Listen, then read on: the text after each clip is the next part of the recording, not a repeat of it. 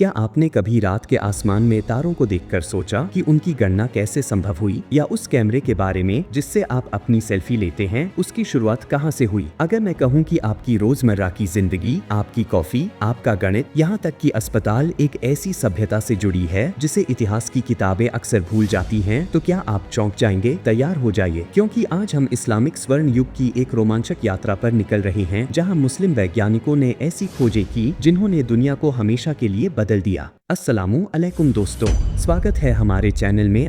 आज हम जानेंगे इस्लाम के उस स्वर्ण युग को जब मुस्लिम वैज्ञानिकों ने इतिहास रच दिया था। तो अंत तक हमारे साथ बने रहिए। कल्पना कीजिए एक ऐसी दुनिया जहां न सर्जरी हो, न विश्वविद्यालय, न ही वह गणित जिसके बिना आज का विज्ञान अधूरा है। डरावना लगता है, लेकिन ये क्रांतिकारी विचार न प्राचीन यूनान में जन्मे, न ही यूरोप के पुनर्जागरण में। ये चिंगारी जली 8वीं से 14वीं सदी के इस्लामिक स्वर्ण युग में, जब बगदाद, कॉर्डोबा और दमिश्क ज्ञान के केंद्र बन गए। यह वह दौर था जब खलीफाओं ने विद्वानों को संरक्षण दिया, यूनानी, भारतीय और फारसी ग्रंथों का अनुवाद हुआ और संस्कृतियों का संगम नए विचारों को जन्म दे रहा था। क्या बनाया इस युग को इतना खास? यह जिज्ञासा थी जो कुरान की इस आयत से प्रेरित थी। क्या वे आकाशों और धरती की सृष्टि पर विचार नहीं करते? इसने वैज्ञानिकों को सृष्टि के रहस्य खोजने के लिए प्रेरित किया। पहले चिकित्सा की बात करते हैं। अल रजी, जिन्हें चिकित्सा का पितामह कहा जाता है, उन्होंने चेचक और खसरे का पहला वैज्ञानिक वर्णन किया। उनकी किताब अल हावी यूरोप में सदियों तक चिकित्सा की बाइबल रही। फिर आए अल ज़हरावी, जिन्हें सर्जरी का जनक माना जाता है। उनके बनाए सर्जिकल उपकरण जैसे स्कैल्पल और कैटकेट, जो आज भी आधुनिक सर्जरी की नींव है। सोचिए, बिना उनकी खोज के आज का ऑपरेशन थिएटर कैसा होता? अब गणित और खगोल शास्त्र। क्या आप जानते हैं कि शून्य का कॉन्सेप्ट और आज की अंकीय प्रणाली, जिन्हें हम अरबी अंक कहते हैं, मुस्लिम वैज्ञानिकों की देन है? अल ख्वारिज़मी ने अलजेब्रा की नींव रखी, जिसका नाम उनकी किताब अल जब्र से आया। उनके काम के बिना आज का कंप्यूटर विज्ञान असंभव था। और वह एस्ट्रोलैब, यह न सिर्फ तारों की गणना करता था, बल्कि नाविकों को समुद्र में रास्ता दिखाता था। हर बार जब आप जीपीएस का इस्तेमाल करते हैं, उसमें इस युग की चमक है। रसायन और प्रकाशिकी में भी क्रांति हुई। जाबिर इब्न हयान ने डिस्टिलेशन को परिष्कृत कर रसायन विज्ञान को जादू से विज्ञान में बदला। इब्न अल हैथम ने प्रकाश के नियमों को समझा, जिसने कैमरे की नींव रखी। उनकी किताब अल मनाजिर ने ग्रीक सिद्धांतों को चुनौती दी और आधुनिक ऑप्टिक्स को जन्म दिया।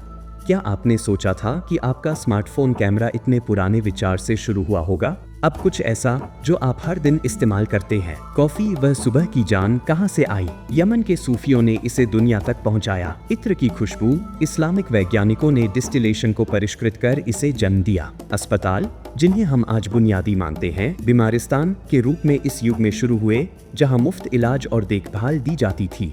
बगदाद और कॉर्डोबा की विशाल लाइब्रेरी ने ज्ञान को हर किसी तक पहुंचाया। इंजीनियरिंग में भी कमाल था। सिंचाई प्रणालियां, जो आज भी खेती को संभव बनाती हैं, और पानी की घड़ियां, जिन्होंने समय को सटीक मापा। कॉर्डोबा की मस्जिद और अलहम्ब्रा के जटिल डिजाइन आज भी दुनिया को मंत्रमुग्ध करते हैं। लेकिन रुकिए, क्या आप जानते हैं कि इस युग में शुरुआती रोबोटिक्स की नींव भी रखी गई थी? अल जज़री, जिन्हें इंजीनियरिंग का जनक कहा जाता है, उन्होंने 12वीं सदी में ऐसे मैकेनिकल यंत्र बनाए जो आज के रोबोट्स की प्रेरणा है। उनका हाथी घड़ी समय बताने वाला एक जटिल यंत्र था जो पानी और गियर्स से चलता था। उन्होंने ऑटोमेटिक मशीनें बनाई, जैसे पानी उठाने वाला पंप, जो खेती और शहरों को समृद्ध बनाता था। सोचिए, 800 साल पहले कोई रोबोटिक्स के सपने देख रहा था। क्या यह आपको हैरान नहीं करता कि आज के ड्रोन और ऑटोमेशन की जड़ें इतनी पुरानी हैं? नाविकों के लिए इस युग की देन थी कंपास और उन्नत नक्शे।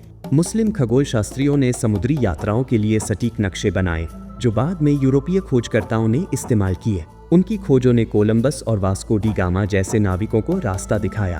क्या आपने कभी सोचा कि बिना इन योगदानों के वैश्विक व्यापार और खोज का इतिहास कैसा होता? बगदाद का हाउस ऑफ विस्डम इस युग का दिल था। यहाँ यूनानी, भारतीय और फारसी ग्रंथ अनुवादित हुए और नए विचारों ने जन्म लिया। यहाँ वैज्ञानिक सिर्फ सोचते नहीं थे, बल्कि प्रयोग करते थे।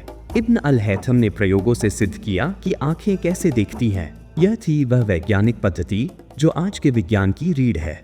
कुरान की एक और आयत ने उन्हें प्रेरित किया, और कहो, ऐ मेरे रब, मेरे ज्ञान को बढ़ा। इसने वैज्ञानिकों को सीमाओं से परे सोचने की हिम्मत दी। इन खोजों ने न सिर्फ विज्ञान बल्कि संस्कृति को भी आकार दिया। कॉर्डोबा और बगदाद के बाजारों में कॉफी और इत्र ने सामाजिक मेलजोल को नया रूप दिया। लाइब्रेरी और विश्वविद्यालयों ने ज्ञान को लोकतांत्रिक बनाया। इन योगदानों ने यूरोप तक यात्रा की और पुनर्जागरण की नींव रखी। लेकिन क्या हम आज इनकी सही कद्र करते हैं? आज क्यों मायने रखता है यह इतिहास? आज हम अक्सर भूल जाते हैं कि आधुनिक विज्ञान और संस्कृति की नींव में ये योगदान है। यह सिर्फ इतिहास नहीं बल्कि एक प्रेरणा है। इन वैज्ञानिकों ने साबित किया कि जिज्ञासा, मेहनत और सहयोग से दुनिया बदली जा सकती है। चाहे वह अल ख्वारिज़मी का गणित हो, अल जहरावी की सर्जरी या अल जज़री के यंत्र, ये कहानियां हमें सिखाती हैं कि असंभव को संभव बनाया जा सकता है। दोस्तों, यह सिर्फ अतीत की कहानी नहीं है, यह एक न्योता है जिज्ञासा को अपनाने का, सवाल पूछने का और नया करने का। आप भी इस विरासत का हिस्सा बन सकते हैं। अपने अंदर के वैज्ञानिक को जगाइए और दुनिया को बेहतर बनाइए। नीचे कमेंट में बताइए इनमें से कौन सी खोज ने आपको सबसे ज्यादा हैरान किया। इस वीडियो को लाइक और शेयर जरूर करें ताकि यह इतिहास और लोगों तक पहुंचे। अल्लाह हाफिज।